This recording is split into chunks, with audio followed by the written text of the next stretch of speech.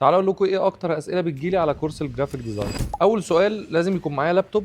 اه طبعا لازم يكون معاك لابتوب. لازم يكون معايا البرامج؟ لا مش لازم يكون معاك البرامج، انا هديها لك كلها. هل انا اسهل لك ان انت تلاقي شغل بعد الكورس؟ اه هسهل لك، وهقول لك ازاي تدور، وهقول لك ازاي تعرض شغلك للناس. الكورس ده ينفع للي بيعمل شيفت كارير؟ طبعا. لو بتعمل شيفت كارير هو الكورس ده هيخليك تنقل خالص مجال تاني. في سؤال مهم، ينفع اخد كورس الفوتوشوب بس ما اخدش معاه الستريتور؟ لا مش هينفع، عشان تبدا في مجال الجرافيك لازم يبقى معاك البرنامجين دول اساس اي حاجه. طيب سيبكم بقى من الاسئله دي خالص، وانا هقول لكم حاجات تانية خالص هتنفعكم. اكتر اسئله بتجيلي ان حد بيقول لي انا هتعلم ايه. اول حاجه خالص، انت لازم تعرف ايه هو مجال الادفرتايزنج عموما عشان تعرف انت ازاي هتشتغل جواه. انا الرول بتاعي ايه كجرافيك ديزاينر؟ ده رقم واحد. رقم اتنين، انا هشتغل في الشركه، هيبقى الرول بتاعي ايه برضو جوه الشركه، امتى اقول لا على حاجه، امتى ما اقولش لا، وهكذا. ندخل على طول على الجرافيك ديزاين نفسه. احنا عندنا برنامجين، انت عندك فوتوشوب والستريتور. ايه الفرق بين الاثنين؟ الالستريتور ده بتاع لاي اوت قوي، يعني بنتعلم اشكال، بنتعلم نرسم بالبين تول اللي هي الناس بتقول عليها بالبلدي، احنا بنتعلم نرسم اللوجو عليها.